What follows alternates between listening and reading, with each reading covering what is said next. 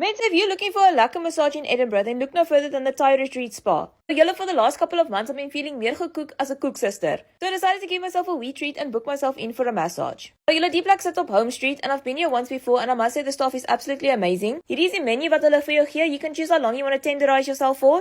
Guys, I just went for the 1 hour relaxing massage and the hot oil. Now guys, when you get there, they ask you to take off your shoes and leave them at the front door, and then they give you a pair of plockies to put on.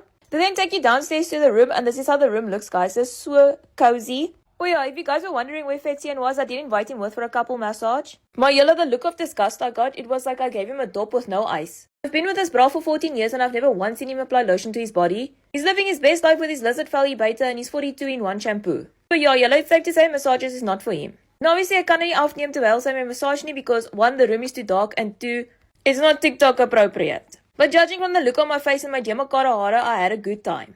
Anyways, I really do recommend them, and afterwards they even give you a little snacky snack. It was pleased about because the tannie did druk me dors.